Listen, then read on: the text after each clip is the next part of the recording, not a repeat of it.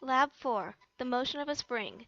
In this lab, we are given a video of a mass on the end of a spring moving and asked to create a computer model of that motion. In order to do that, we obviously need some equations. This is a Newton's second law problem, and we can use the form of acceleration equals F net over mass. To do that, we need to find F net.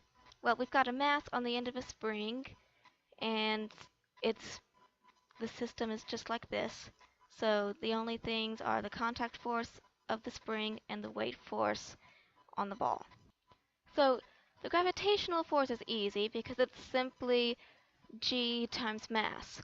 And we're given the mass as 0.402 kilograms, and we know g is 9.8, so the force of gravity is approximately negative 3.94 newtons. The spring force is a bit harder though, because we need the spring constant and the relaxed length of the spring, but we can find both of these from our video analysis. We know that the period of oscillation for the spring is 2 pi times the square root of the mass of the object over the spring constant, and we can rearrange this to solve for k. We're left with an unknown of t, but we can actually find it from our video. In our video, we are given a spring that goes around in side-to-side motion and up and down motion, and you can see the motions oscillating as well. And I don't know why Tracker keeps doing that, but I can't fix it. And so I set the origin to be the attachment point of the spring and calibrated the video using the distance between the attachment point and the center of the mass when the spring is at rest. T is the period, or the distance between consecutive peaks. I could take any one of these peaks, but it's better to take an average.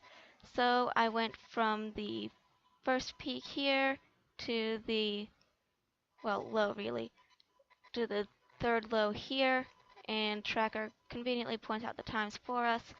So we can calculate the difference of those times and divide it by 3 because it's 3 periods, and find that the average t is 1.519 seconds. We can go ahead and plug that into our equation for k and find that k is approximately 6.875.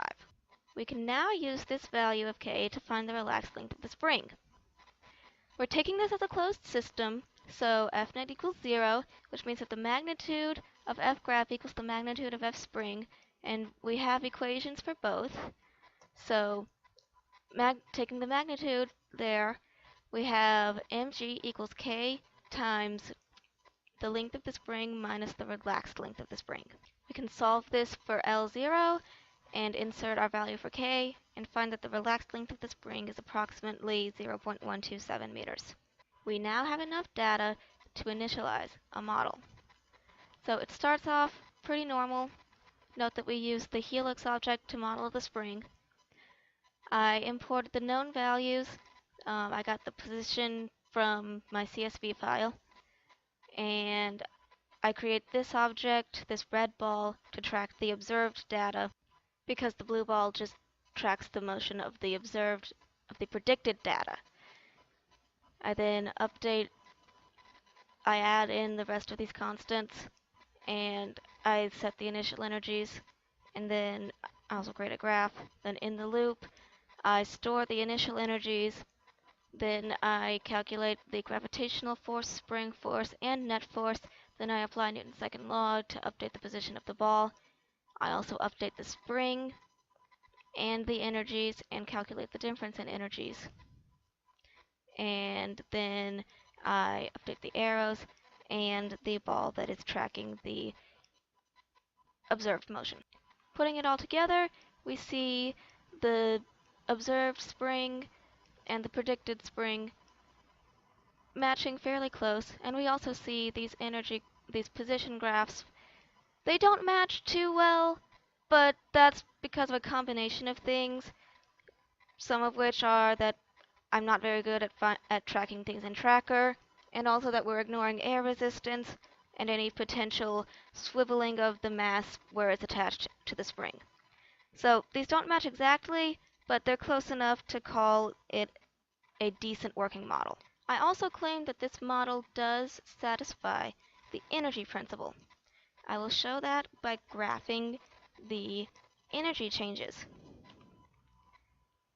The energy principle says that the total energy must remain constant in a closed system, which is what we're saying that this is. You can see here that since the total energy is plotted in yellow, that is true for this system because the yellow line is constant and at 0. The other question asks about the period of x and y. To do that, we will briefly look at the tracker graphs and we can get a good view of that. You can see they're different because one's increasing while the other's decreasing at the beginning, but at the end they're both increasing at the same time. Analytically, the x period is about 0.01 seconds longer than the y period. And this is because the y motion is up and down like a spring, and the x motion is left and right like a pendulum. Those have separate equations that look similar, and I'm going to assume that these two square root factors are similar since the periods are so similar. In conclusion, modeling complex motion can be difficult, but also rewarding. The key is to figure out all of your formulas and find hidden known values, and also to be careful with your assumptions and your analysis.